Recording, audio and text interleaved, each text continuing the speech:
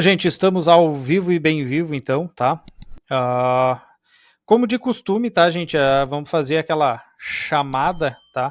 E o meu computador, quando começa a gravar, ele começa a dar uma pauleira. É um dual core, né, gente? Vamos respeitar aí que ele tá aguentando bem. Dito isso, vamos começar aqui pela lista que aparece para mim aqui na telinha, tá? Das pessoas. Vamos lá. Igor, o senhor autoriza a exposição do seu áudio e da sua imagem, caso o senhor queira colocar esse rosto carioca na tela? Sim, eu autorizo o uso da minha imagem e da minha voz, que são diferenciadas. Tá? Amém. Tá. Alisson, o senhor autoriza a exposição da sua voz e da sua imagem vinda diretamente da Vila Mariana, em São Gabriel? Não, isso aí ele vem daquele lugar lá que eu não vou falar. Do fundo da grota. Claro, tio. Guri, tá louco. Então tá Fogo bueno. colorido. Então tá bueno. Vamos lá. Kalil, nosso nobre judeu, descendente da tribo da Yahudá. O senhor autoriza a exposição da sua voz e da sua imagem? Sim. Isso aí. Sabrina, a senhora autoriza a exposição da sua voz e da sua imagem?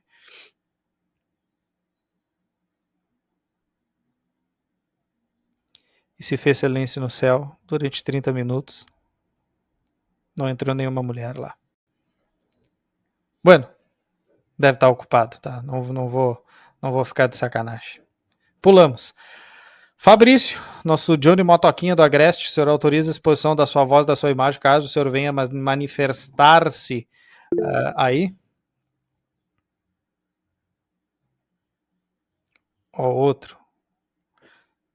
Sabrina, pode falar então. É manifestação demoníaca? É. Sabrina, a internet caiu, mas já voltou. Beleza. Aceito o que pode usar, tá, gente? Tá. Minha imagem, minha voz bem maravilhosa. Ok. Tá, o Fabrício não respondeu, deve estar limpando a motinho dele lá. Quando eu digo que o inimigo tá furioso com esse grupo aqui, vocês não acreditam aí, ó. A internet caindo, gente sumindo aí, ó. Isso aí. É a oração imprecatória do seu grupo lá que é administrador. Contra a minha pessoa. Isaías, nosso profeta Isaías, o senhor autoriza a exposição da sua voz e da sua imagem? Receba, amém. Aí, tu vê Sim, só.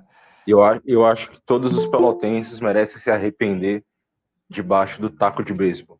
Amém. Aí. Temos o Luva de Perder, aqui nós temos o Bíblia de Profeta aqui, que é o Isaías. Irmã Valéria, não sei se a senhora pode falar ou não está no serviço. A senhora autoriza a exposição da sua voz, da sua imagem, caso a senhora tenha alguma dúvida e queira interagir conosco? Sim. Ok. E por último, né, a pessoa que chegou agora, atrasadinha, mas vamos falar. Janaíra, a senhora autoriza a exposição da sua voz e da sua imagem? Janaíra. Perdão. Sim. Desculpa, é que eu sou meio burro, então eu sempre erro. Perdão. Tá. Dito isso, gente, página de número 132, parte 21 do livro, tá? Parte 21, nós vamos ler Mateus 24 ao 28. Peço aos senhores que qualquer coisa me chame aí, eu não estou na tela aqui do Google Meet, tá? E eu vou tentar fazer meio corridão, que hoje é bastante material para ler e para trabalhar, então vamos tentar deixar mais fluida as coisas e somente em tópicos extremamente difíceis para a gente trabalhar isso aí, tá? Mas antes, gente, não sei se alguém quer fazer uma oração para nós iniciarmos aqui, para que o inimigo não fique mais furioso, não caia em internet e tudo mais que vem acontecendo nos últimos tempos. Alguém se habilita? Eu acho que a oração tem que ser de um profeta diferenciado, porque tem poder. O que o neopentecostalismo não faz na mente da pessoa? Então eu me habilito, que sou o único aqui que tem poder suficiente para tirar esse demônio. Eu acho que a Jana deveria orar. Vai lá, Igor. Vai lá, enquanto isso eu vou interceder aqui pelos irmãos para que eles não caiam no poder do Benihim. Senhor Deus e Pai, te agradecemos, Pai, por mais um dia, poder ouvir da Tua palavra, da Tua verdade, porque sabemos que a Tua palavra testifica, Senhor, do Senhor, e que ela diz que ela que santifica o crente, Senhor. Então, nos santifica na Tua palavra, porque Tua palavra é a verdade. Nós levamos Tua palavra, Senhor, como vida, como fé, como prática, Senhor, para que nós possamos alcançar aquilo que Tu queres, a Tua vontade, Senhor. Então, por isso, nos dê entendimento, abra nossos olhos espirituais, nosso entendimento, que o Espírito Santo ilumine nossa mente, nosso coração, e que a palavra penetre, Senhor, e que haja frutos, Senhor, para que nós possamos também ensinar aos outros irmãos ao conhecimento chegar ao conhecimento da verdade. É isso que nós te pedimos, abençoando cada um que está aqui, cada família, Senhor. É isso que eu te peço e já te agradeço em nome de Jesus. Amém. Amém. Vamos lá, então. Página de número 132, parte 21. Vamos à leitura aí, Mateus 24, do versículo 28 e versículo 29, que diz o seguinte: Onde estiver o cadáver, aí se ajuntarão os abutres. Logo em seguida, a tribulação daqueles dias, o sol escurecerá, a lua não dará sua claridade, as estrelas cairão do firmamento e os poderes dos céus serão abalados. Abre aspas para Dr. Thomas Ice. Depois de especificar o fato de sua volta súbita, pessoal e gloriosa, Cristo comenta de passagem o aspecto judicial do seu advento. Em seguida, os versículos 29 a 31, apresenta uma descrição mais extensa de sua volta futura ao planeta Terra. A declaração de sua volta, no versículo 27, inclui uma discussão na qual Jesus compara a vinda de falsos messias com sua genuína volta. Quando ele voltar, não haverá nenhuma dúvida. Ninguém precisará ter a assinatura de alguma fonte especial de notícias que vincule informações que a mídia atual omite. Nenhum veículo de mídia será necessário na vida de Cristo, pois sua volta terá um caráter magnífico e glorioso. E aí nós temos o título Cadáveres e Abutres. Essa frase do versículo 28 também se encontra em Lucas 17:37, mas é omitida nos textos de Marcos capítulo 13 e de Lucas 21. Não há dúvida de que se trata de algum tipo de slogan de juízo. O interessante, melhor dizendo, é que no texto de Apocalipse 19, do 17 até o 19, temos uma afirmação semelhante, ainda que não seja literalmente igual, relacionada com a volta de Cristo. Abre aspas, então, para o texto de Apocalipse 19, 17 ao 19. Então vi um anjo posto em pé no sol e clamou com grande voz, falando a todas as aves que voam pelo meio do céu: Vinde, reunimo-vos para a grande ceia de Deus, para que comais carnes de reis, carnes de comandante, carne de poderosos, carne de cavalos e seus cavaleiros, carnes de todos, quer livres, quer escravos, tanto de pequenos como grandes. E vi a besta, os reis da terra, com os seus exércitos congregados, para pelejarem contra aquele que estava montado no cavalo e contra o seu exército. Fecha aspas. Continuando a leitura aí do versículo 21. Os restantes foram mortos com a espada que saía da boca daquele que estava montado no cavalo, e todas as aves se fartaram das suas carnes. Apocalipse 19, versículo 17 ao 19 e depois o versículo 21. A passagem de Apocalipse 19 retrata a cena de aves que descem e pousam para se banquetear nos cadáveres daqueles que estão na iminência de serem mortos por Cristo Jesus ali, por ocasião da sua volta. Esse é um uso claro dessa terminologia no sentido de juízo, já que tanto o contexto de Mateus 24 quanto o de Lucas são semelhantes. Creio que a solidez do contexto exija uma interpretação referente a juízo. Robert Gundry explica, abre aspas para ele aí: o contexto anterior determina que o ditado seja interpretado de uma figura de juízo contra ímpios no momento em que chegar o dia do Filho do Homem. O cadáver representa os ímpios, os abutres representam o juízo, e a máxima significa que o juízo atingirá os ímpios onde quer que estejam. Eles não conseguirão escapar, somente os justos escaparão. Fecha aspas para Robert Gunther. Voltando para o Dr. Tomazais. Interpretando o seu respectivo contexto, o versículo 28 conclui essa seção do discurso, que é do versículo 23 ao versículo 28.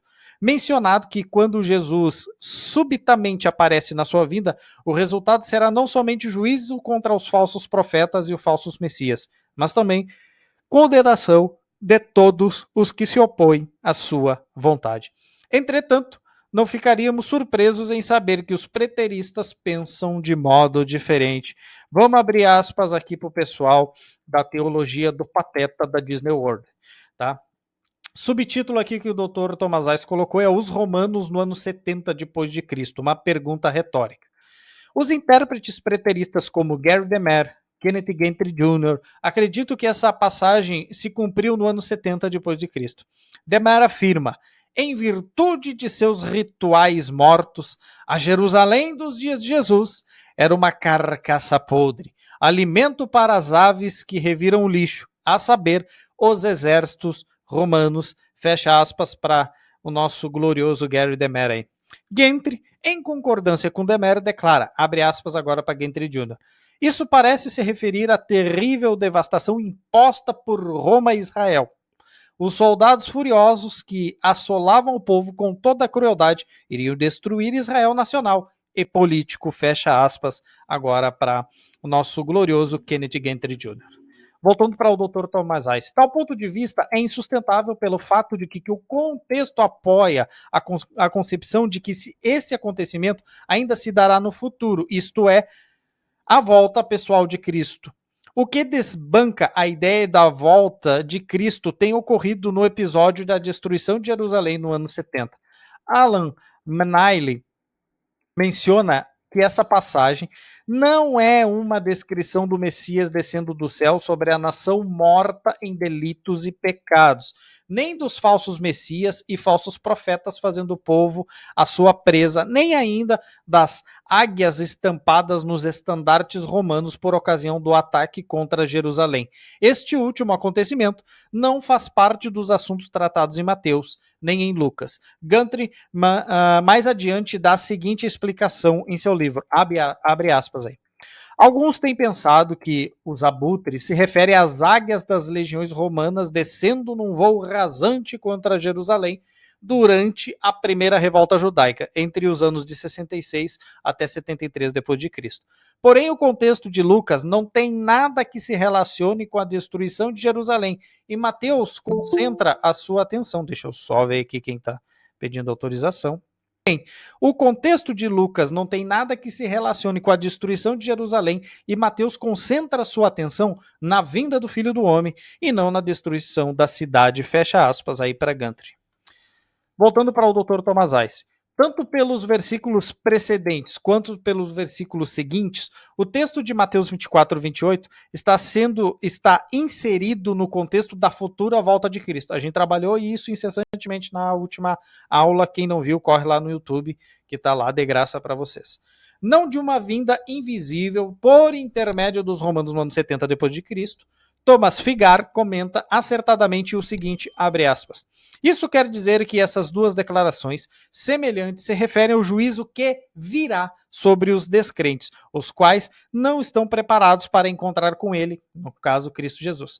Eles serão julgados de modo tão rápido e certo quanto os abutres lançam suas garras sobre os cadáveres. Fecha aspas. Gente, sobre esse tópico aqui, alguma dúvida? Alguém ficou com alguma dúvida sobre esse tópico aí para a gente ir adiantando já? Se não, podemos prosseguir. Podem ficar à vontade quem autorizou a exposição de imagem e voz. Pode falar, Galil. Não, eu não tive dúvida, mas eu queria aconselhar os irmãos, além de ler o livro, né, do Dr. Tomazais, leia um livro além, né, aqui das aulas, e leiam também o texto que ele está mencionando, de Mateus 24, Lucas 17, e eu ia aproveitar para indicar para os irmãos também, leiam 2 Pedro capítulo 3, Sim. Que ele fala, né, um dia para o Senhor é como 1000 anos, tal. Leiam esse capítulo. aquilo ali é uma refutação, é uma tese de refutação contra o preterismo. Porque aquilo ali prova que a crença era de uma volta visível, é de uma volta visível de Cristo, essa é a esperança bíblica, e de destruição, de um julgamento de todas as nações, da natureza, de toda a criação caída. Então, você falar que ali Jesus volta em 70 depois... Não, os escritores bíblicos escreveram aquilo para 70 depois de Cristo, falando ali de Jerusalém. Cara, não tem nada a ver assim mesmo. Então, leiam 2 Pedro capítulo 3, que, cara, assim, ajuda... Eu li hoje num devocional que eu fiz, cara, eu achei maravilhoso, assim. É benção. Alguém mais, gente? Alguém mais quer comentar algo? Alguém que autorizou? Pode falar à vontade. Eu vejo o Thomas Ice bater muito no preterismo, né? Creio que se um preterista mesmo que queira, esteja aberto para aprender, ler ele, vai ficar pelo menos com uma pulga atrás da orelha, não é possível. Porque ele confuta todas as ideias preteristas que existem.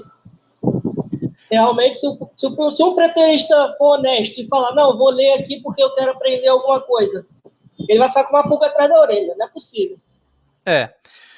O que eu digo sempre é o seguinte, o doutor Thomas Ice, ele é extremamente honesto com a forma que ele trabalha, tá? Ele tem o cuidado de pegar as fontes, citar as fontes, mostrar os erros. Então, nesse sentido, o Dr. Thomas Ice, ele é sensacional, tá?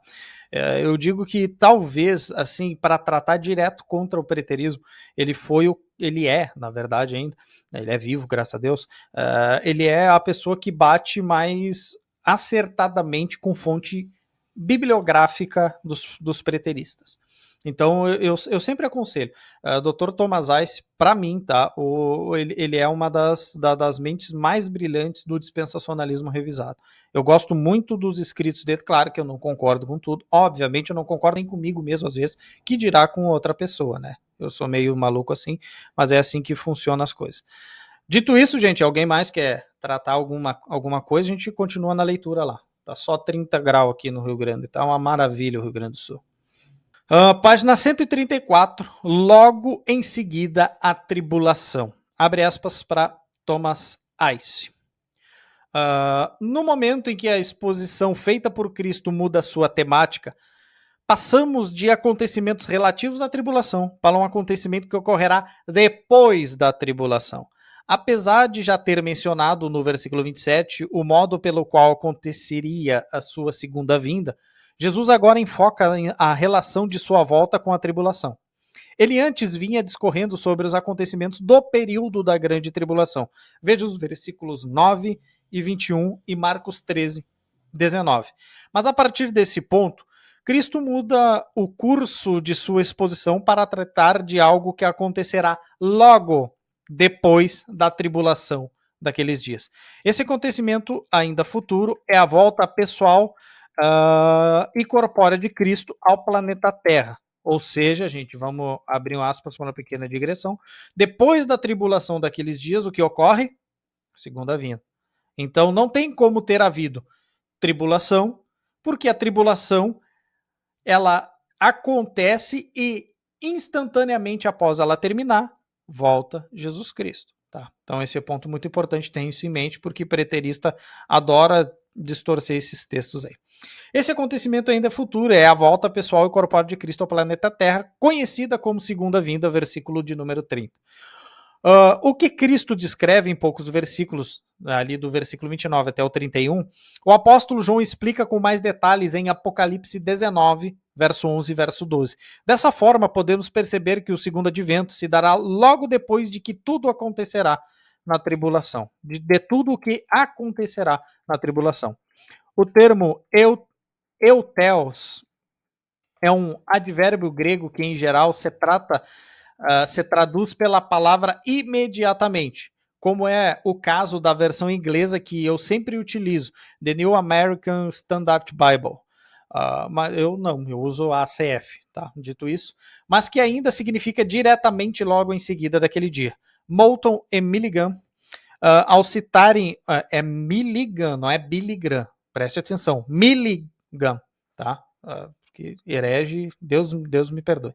Ao citarem os exemplos extraídos dos papiros gregos, salientam que essa palavra, pelos seus usos, significa imediatamente, visto que um advérbio modifica o verbo que lhe está mais próximo. A expressão logo em seguida relaciona-se diretamente com o verbo escurecer, ou seja, acontece aqueles abalos sísmicos, aquele juízo, e logo em seguida a tribulação daqueles dias, que está dentro daqueles abalos sísmicos, dentro daqueles julgamentos, Jesus volta. É esse o cerne que ele está explicando.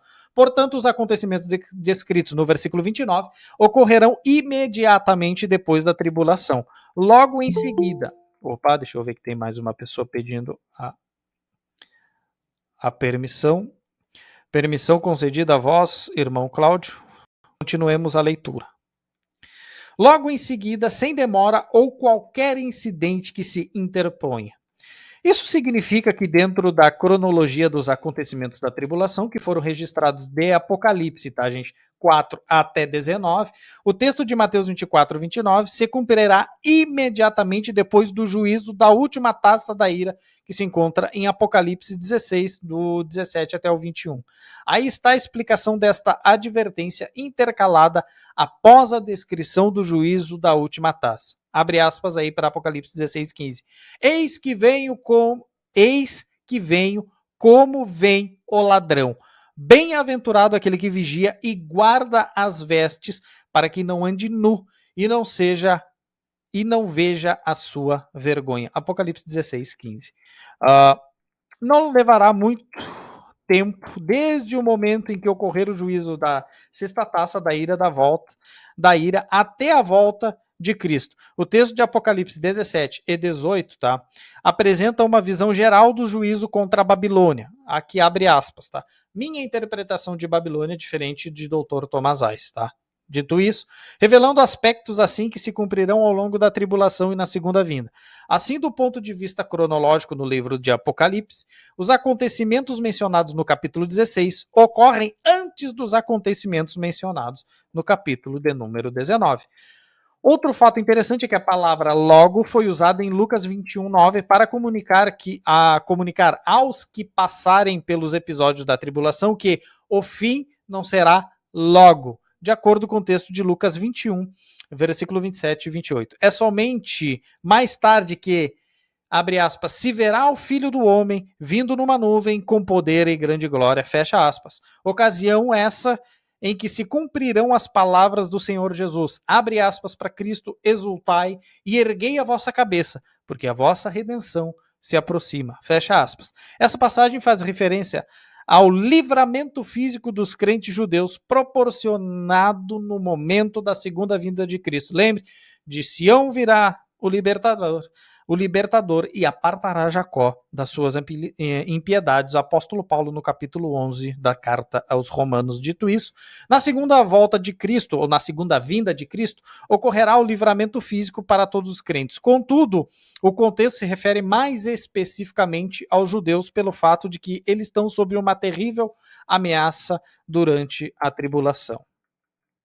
Nenhuma das passagens correlatas referentes ao Sermão do Monte, do Monte das Oliveiras, menciona a palavra logo. O capítulo 21 e o Evangelho de Lucas não contém nenhuma declaração que realmente seja correlata do texto de Mateus 24, 29. Porém, o capítulo 3 de Marcos menciona esta declaração, que de fato é correlata, abre aspas. Mas, naqueles dias, após a referida tribulação, o sol escurecerá, e a lua não dará sua claridade, e as estrelas do céu cairão do firmamento, e os poderes do céu serão abalados. Então verão o Filho do Homem vir nas nuvens com poder e grande glória. Marcos 13, 24 até o 26. Marcos deixa de usar a expressão de urgência logo em seguida e usa a expressão menos urgente naqueles dias, para então fazer uma declaração semelhante à de Mateus 24, 29, nas coisas que vêm a seguir.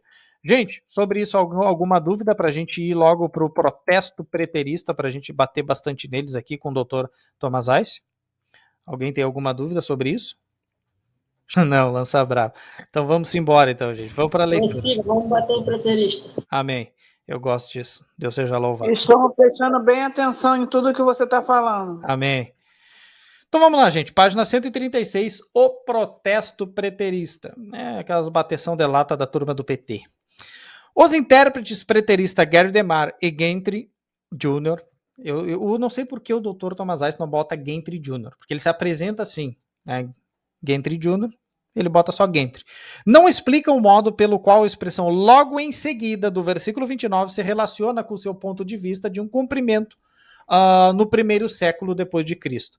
DeMar gasta mais de uma página para tratar a expressão logo em seguida e conclui que todos os acontecimentos descritos em Mateus 24 só podem ter se cumprido no ano 70 depois de Cristo. Isso é importante para a interpretação preterista, porque os preteristas ensinam que a vinda de Cristo no ano 70 foi uma vinda em juízo, tá? Por intermédio do exército romano. Preste muito bem atenção. Vinda em juízo por intermédio do exército romano. Notem bem isso. Guardem isso na mente de vocês.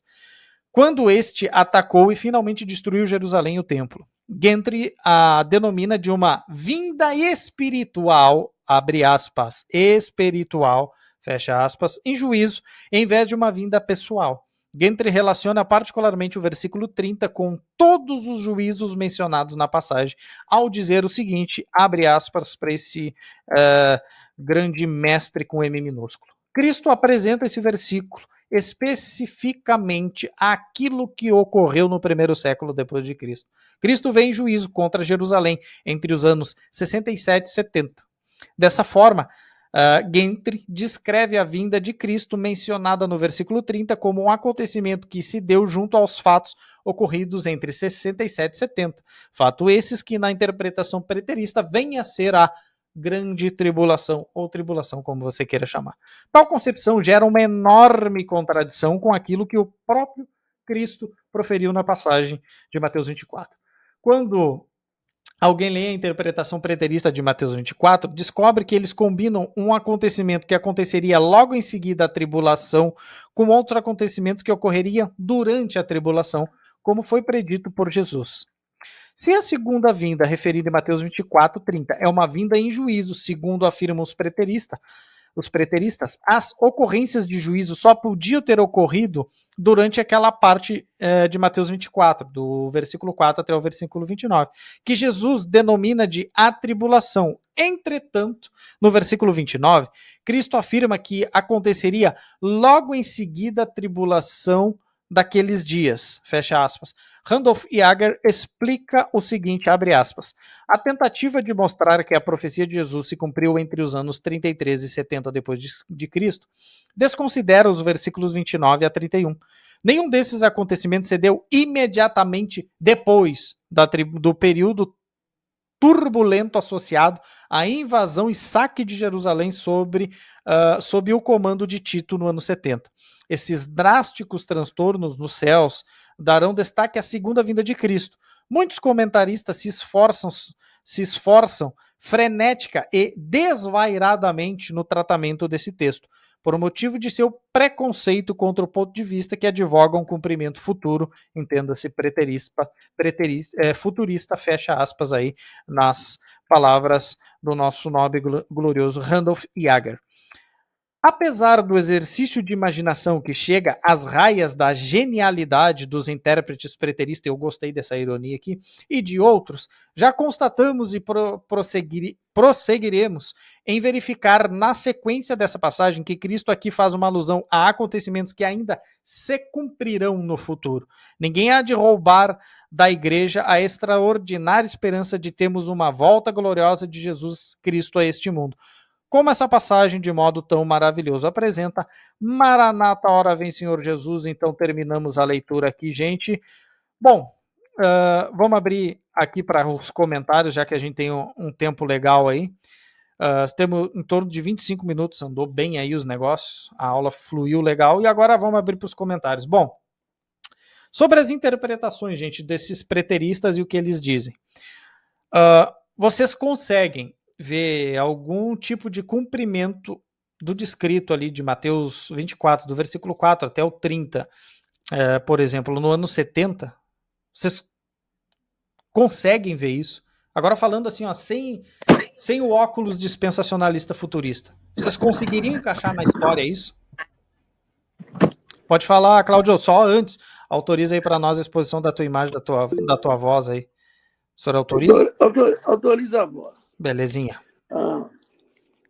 O problema que eu vejo, às vezes, nesses textos, principalmente nesse, é que quando a gente lê Mateus 24, ele tem um contexto muito judaico. Sim.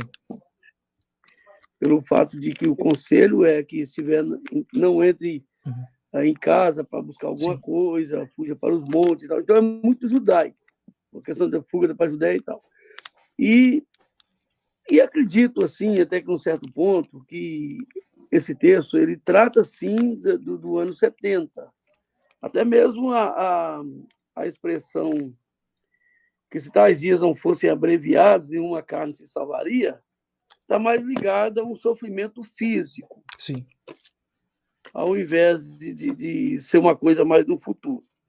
Agora, o outro problema que eu acho que existe nesse aspecto aí é que há um medo também de nós, dispensacionalistas, em afirmar algumas coisas e ser visto como preteristas, o que é uma coisa que é um rótulo que talvez não deveria colocar em nós ou numa pessoa que afirmasse, simplesmente porque dizer que esse texto tem um contexto bastante judaico. A questão do cumprimento sobre a lua, o sol, essas coisas todas e tal, é um acontecimento que provavelmente ele é futuro, com certeza. Ele não aconteceu naquele período. E isso vai levar, sim, para uma escatologia futura, para o retorno de Cristo. Mas, o que eu estou comentando, é que o capítulo 24 de Mateus, ele não precisa ser definido como que é o preterista, no sentido de que, para que tenha cumprido somente entre os judeus no ano 70, por meio dos romanos e tal, aquela coisa toda, e nem tampouco precisa de um malabarismo para poder dizer assim que vai acontecer no meio do contexto judeu e os gentios serem afetados de menor escala. Eu acho que, em certo aspecto, o início do texto, sim, ele é um contexto bem judaico mesmo, bem judaico. E ele vai ter uma reviravolta, se eu não me engano, no versículo 30 seguinte. Do 29, 30 seguinte, depois dessas coisas. Depois dessas coisas também, eu estou estudando o Evangelho de Mateus e tem um problema muito interessante, algo muito interessante. Mateus trabalha muito com esse negócio. Depois disso, depois dessas coisas, uma semana depois, na manhã seguinte. Então, isso é mais a questão da narrativa mesmo. A hebraica, existe esse tipo de coisa.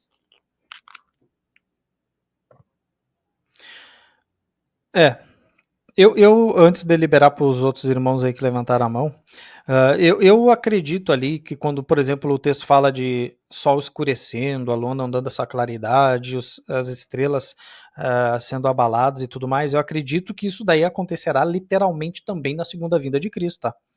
Eu acredito que o que o texto narra ali é tudo ipsis literis. Daniel, mas é uma linguagem figurada para falar de juízo. Também. A gente vê profeticamente tudo que foi profetizado acerca da primeira vinda do Messias aconteceu literal. Então a gente não tem autoridade profética para quando chega nas questões relacionadas à segunda vinda, a gente alegorizar. A Bíblia foi tão certeira que o profeta Zacarias falou que o Messias entraria em Jerusalém, sentado no jumentinho, filho de uma jumenta. E ele fez ipsis literis isso. Então a gente não tem que ter medo dos textos proféticos. A gente tem que, eu particularmente, eu sempre tento harmonizar de forma literal. Claro que quando a literalidade do texto é um troço absurdo, aí sim, aí a gente... Opa, aqui não dá. Por exemplo, a besta que emerge do mar, vai subir um bicho feio no meio do oceano lá. Não é isso. Então, os textos proféticos, principalmente relacionados a Cristo, eu sempre tento interpretá-los o mais literal o possível, porque a gente vê cumprimento ipsis literis literal do que foi profetizado na primeira vinda. Na segunda vinda, eu creio que também será assim, desta forma. Só um pitacozinho, Sim. e já libero para as pessoas falar. O que acontece é o seguinte: o que nós temos que trabalhar é com um literal, sim, uma literalidade, mas não a partir para uma literalidade dura. Sim. É esse o problema. Sim. Porque o ser literal, há uma diferença muito grande entre o ser literal e ser um hiperliteral, um exagero na literalidade. Sim. É só isso. Sim. É o que a gente chama de hiperliteralismo, né? É um erro, assim, ó, não ter espaços para figura de linguagem. Isso aí é um erro mesmo, e eu não sei quem levantou a mão primeiro, se foi Isaías ou Calil. Quem levantou pode falar aí. Eu não sei quem foi, não, mas. Foi tu, Calil? Fui eu? Nem sei, mano. Eu tava estacionando o carro aqui e levantei a mão pra falar, só que nem sei quem falou. Manda brasa. Mas, assim, eu acho que a palavra que vocês estavam buscando tem diferença em ser literal e ser literalista. O Eu acho que literalismo essa que rígido. seria a palavra que vocês estavam buscando, né? Acho que é literal e literalista. Uhum. E o literal, ele respeita as figuras de linguagem, Sim. respeita o tipo de texto. Só que o literalista não. O literalista, ele leva tudo ao pé da letra, independente do tipo de texto que está sendo utilizado. Sim. Por exemplo, um texto de Salmos, que muitas vezes, a grande maioria são canções e poesias, Sim. né? O cara não interpreta aquilo como uma canção, ele interpreta aquilo que acontece Sim. ou vai acontecer literalmente, né? Sim. Então, enfim, um ponto que eu tenho uma dificuldade, cara, muito grande com o preterismo é essa vinda de Jesus pelos romanos, velho. É tipo assim, Jesus é uma vinda de Cristo em juízo terceirizada, tá ligado? Jesus tá terceirizando a volta dele em juízo. Isso, cara, é muito difícil de engolir, entende? É muito difícil. Cara, eu acho que assim, é mais fácil, na minha concepção, eu virar milenista do que virar pós-milenista, cara. Porque assim, os dois são incoerentes. Mas dividir a vida de Cristo e terceirizar ela para um povo romano, cara, isso para mim acho que assim, do sistema deles, tudo é difícil de engolir. Mas na minha concepção, sendo conforto para vocês, para mim essa é a parte mais difícil, falar que Cristo voltou em juízo através dos romanos. Sim. O cara isso aí. É muito tenso. E outra que, tipo assim, que a segunda coisa que me pega muito, pô, é bênção os caras serem otimistas, né? Não, a gente quer que o reino expanda, tal, bibibi, bobobó. É só na teoria. Porque na prática, nenhum deles realmente luta para isso acontecer. Certo? Então, assim, fica complicado. Por exemplo, o cara fala assim, não, que não sei o que e tal. Mas tu vê, grande parte do que os caras que a gente conhece, e no que ele está colaborando para o avanço do reino, no que ele está pregando o evangelho, entende? Então, assim, fica complicado, porque fica como se fosse uma van filosofia. O cara acredita naquilo, ele crê naquilo, ele fala, não, que o reino vai se expandir, que o evangelho pipipi, popopó, vai acontecer, coisa e tal, show de bola, lindo, maravilhoso. Quantas pessoas você pregou hoje? Se você é um agente, não sei se eu estou errado, mas pensa assim, se o cara diz que o reino vai se expandir e ele vai fazer parte disso, e ele é o agente daquilo, certo? Ele bate no peito para falar o reino isso, o reino é aquilo, ele não está colaborando com o reino que ele acredita que vai ter. Se tudo vai dar bom, por que ele não está pregando o evangelho? Então são coisas assim que me indagam, sabe? Porque assim, os arminianos creem em salvação pelas obras, né? Não, no frigir dos ovos vai acabar acontecendo isso. E você vê que os arminianos, eles pregam o evangelho muito mais do que os pós-milenistas. Se for pensar assim, os caras incentivam a campanha evangelística, incentivam isso, incentivam aquilo, no erro deles, tal, não estou passando pano aqui, mas assim, os caras são coerentes ao que eles acreditam, pelo menos, em termos de execução. Uhum. Só que os pós-milenistas não, né? Sim. Antes de deixar o Calil falar, só um breve pitaco. Essa questão até da vinda em juízo por meio do exército romano não é algo absurdo do ponto de vista profético, porque Deus fez isso em inúmeras profecias do Antigo Testamento. Por exemplo, a vinda da Babilônia e tomando e destruindo Jerusalém Foi uma vinda em juízo, no sentido de Deus enviar um povo ali para destruir a nação rebelde. O problema não é nem esse. O problema é o seguinte: é que o texto deixa claro a vinda do Filho do Homem com poder e grande glória. Ele é visto como um relâmpago que sai do Ocidente e vem para o Oriente. Ele é tão visto que os caras chegam a mentir, ele está ali, ele está lá, ele está colar. Então, note que o contexto todo mostra de uma vinda corpórea de Jesus. Então, essa vinda que é descrita ali não é só um julgamento por meio do exército romano, é uma vinda corpórea e física de Jesus, como a gente trabalhou. Então, sabe, não faz sentido, tá? Não faz o menor sentido a interpretação deles. Calil Só deixar o Calil. Pode falar. Só vou deixar o Calil falar, só fazer o último acréscimo. Só que se for ver a vinda, por exemplo, do povo da Babilônia, a forma como Deus falou que ia acontecer, Não, sim. ele não alterou. Falou que foi, por exemplo, um povo ia vir, vocês iam ser subjugados, tal. Só que a vinda do Filho do Homem não acontece isso. É o que tu falou, é de forma corpórea. Ele não tem, na forma do Antigo Testamento, Deus terceirizou o castigo. Eu vou castigar vocês por meio de um povo X, Y e Z. E depois desse povo que castigar vocês, eu vou castigar eles também. Isso é profetizado. Só que a vinda de Cristo é totalmente diferente, né? Se você for ver, todos os acontecimentos sobre Cristo, ele cumpriu.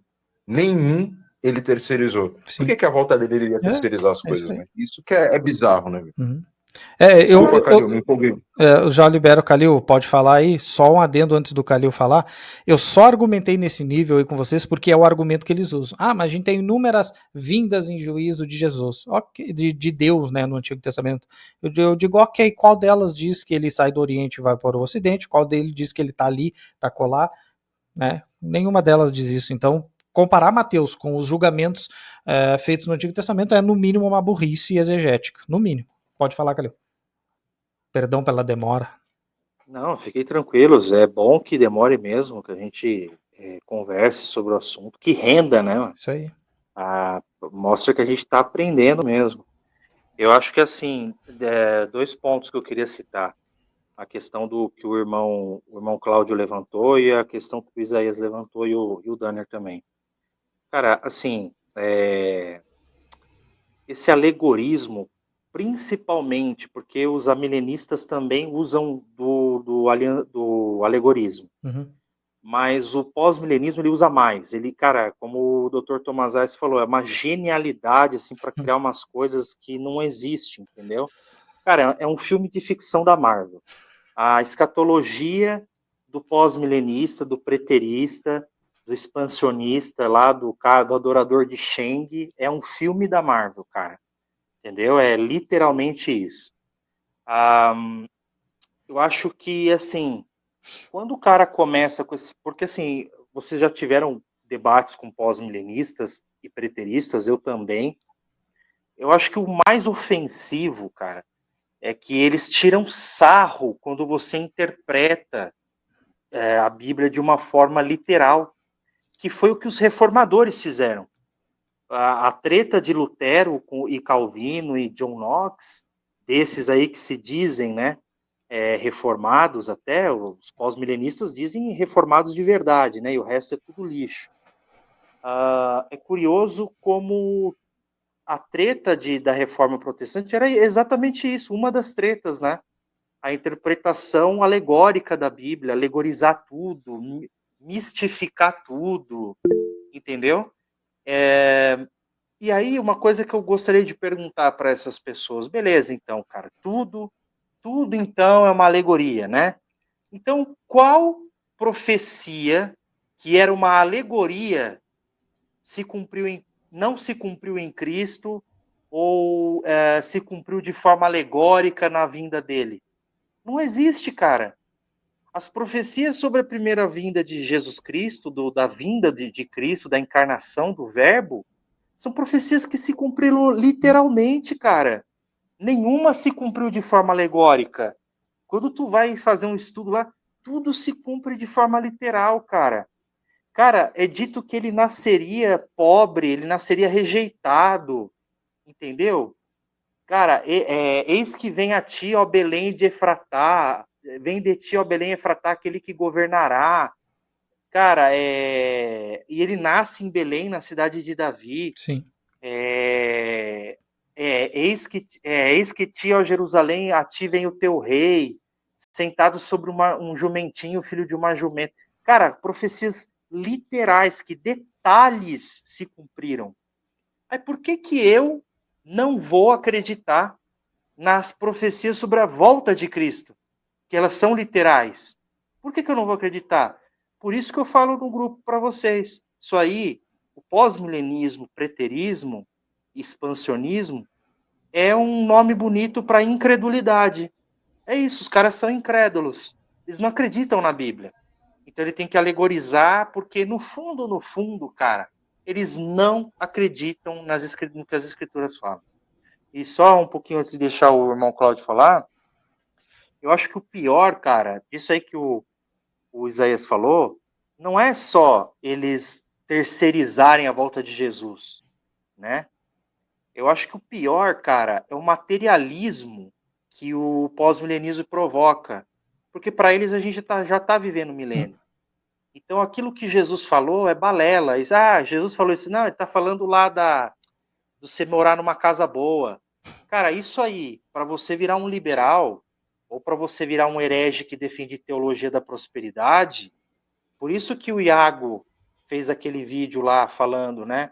Que o Rushduni era o Edir Macedo reformado. E ele é mesmo, cara. Se você lê o livro do Rushduni, aquilo é um absurdo. Você ri, você dá risada. Aquilo ali, os reformados batem tanto no Kenneth Reagan, que defendia a heresia da prosperidade, deveriam bater em Rushduni também, porque ele defende a mesma porcaria. Entendeu? Então, é isso, cara. O pior, assim, para mim, além dessa questão de terceirizar a volta de Cristo, é tornar o reino milenar uma coisa banal, uma idiotice. Jesus falou isso, isso é besteira, isso é alegórico, entendeu? É assim, cara, esse aí, para mim, é o ápice que a pessoa chega de uma falsa fé, de um falso cristianismo, cara. É isso aí. Pode falar, Claudião.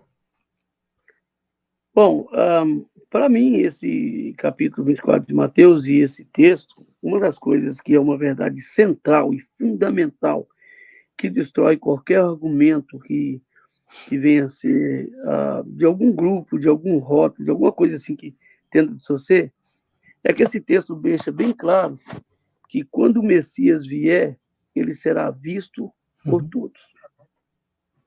Isso aí é a chave. O preterismo, ele veio de uma forma, o texto diz, olha, assim como o relâmpago sai do Oriente e se mostra no Ocidente. Ele veio, está expandindo o mundo e já entramos no milênio, assim como o relâmpago sai do Oriente e se mostra no Ocidente. Ou seja, esses versos aí, para mim, eles são a chave. As pessoas que creem no arrebatamento secreto, por exemplo, acabou. Esse versículo aí destrói. Acabou, não tem chance. Entendeu? As pessoas que dizem que o milênio já iniciou, acaba. Esse texto aí destrói. Aquelas pessoas que pensam, que dizem que a igreja toda passará pela grande tribulação, como se a grande tribulação fosse durar 2.000, 3.000 anos direto, que só assim para a igreja toda passar pela grande tribulação. A duração de 2.000 anos, assim que ela inicia até o último dia que o último eleito aceitará Cristo. É lógico que parte da igreja passa pela grande tribulação. É lógico que parte vai passar. Tem pessoas que vão se converter no momento dela. E ele é a igreja. Então, de uma forma ou de outra, para mim, a chave desse texto é justamente esse aspecto. Que Cristo, quando vier, ele será visto por todos. Não acredite em discurso que ele já veio, ou que ele está em determinado lugar, ou não volte para casa para buscar alguma coisa quando ele manifestar, porque não haverá tempo para essas coisas e tal. Deus abençoe os irmãos. Amém. Pode falar, Isaías. Deixa eu ver quanto tempo nós temos aqui, que está na finaleira aqui. Pode falando. Irmão Cláudio, você falou algo que é muito louco, né? Dos nossos camaradinhas pós-milenistas, né? Menos de 5 minutos. Eles entendem que, cara, eles e outros métodos, né, de interpretação, como se a igreja estivesse passando pela grande tribulação todo esse tempo. Cara, como que isso vai funcionar, né, velho? Então a tribulação é tão soft assim, sabe? A tribulação é tão leve assim que é só isso, entendeu? É só isso, perto de tanta coisa que Jesus falou que vai acontecer, é só isso, tá? Então, você falou isso, eu fiquei pensando, eu falei, caramba, os caras acreditam que a tribulação é esse cafezinho com leite, né? E se levar por esse lado, os pobres dos irmãos que estão na Ucrânia, que estão nos países que têm perseguição contra cristãos, eles já estão nela, né? Eles já estão nela. Então, é complicado esse tipo de teoria que as pessoas apresentam. É que aí não vai poder ser um pós-milenismo preterista, tá? Por exemplo, ou um pós-tribulacionismo preterista, porque pro preterista, o período tribulacional aconteceu no ano 70, ponto final. Eles acreditam literalmente nisso, tá? Não, eu só ia falar que um adendo rápido ao que o irmão Isaías e o irmão Cláudio falou, a gente bate tanto aqui nos pós-milenistas, mas os amilenistas e os pós-milenistas que são adeptos do historicismo, tá? Gente, é tão ridículo. Não, eu não vou dizer que é tão ridículo. Eu vou dizer assim que é ridículo quase no mesmo nível de preterismo, o historicismo. É quase no mesmo. Mas ainda faz algum sentido, ainda engana a pessoa, ainda faz algum sentido. Agora, o preterismo não dá. Mas o historicismo é ridículo, gente. Se vocês lerem os caras assim, cara, eles acham que a grande tribulação é um negócio que está acontecendo, mas já está passando, entendeu? Eles juram que não, e agora Satanás parece penteca, agora Satanás está furioso. Mas agora a gente vai entrar no milênio, ele vai ser aprisionado e não vai mais ter nada. Cara, é um negócio muito ridículo. Eles pegam coisas assim de Mateus 24 e aplicam à Revolução Francesa, tá ligado? O que os amilenistas pecam, tirando esses 2 minutos ainda que eu tenho para falar, é porque eles veem só tudo espiritual. Jesus só veio para cumprir as coisas espiritualmente. Eles não levam as passagens pelo literal. Tudo é o reino espiritual. Aí por isso que eles viram amilenista. Só vê coisa espiritual. Pode falar, Claudião, já vai encerrar. Deixa eu ver aqui. Então, é justamente esse aspecto, né? Eu acho que o amilenismo, ou o pós-milenismo, pelo menos, eu acho que talvez ele daria certo se a gente conseguisse provar aquela ideia de 1.000 passará, 2.000 não chegará, né? Só que 2.000 passou também. Foi tudo pro saco. Dito isso, porque, gente. Tipo assim, de 1.000 passará, né? 2.000 não chegará. Passou do 2.000 e agora? De 2.000 passará, de 3.000 não chegará. Será que vai nascer uma outra aí? Tá perto? Então, gente, já vai acabar aqui. Vou encerrar a gravação.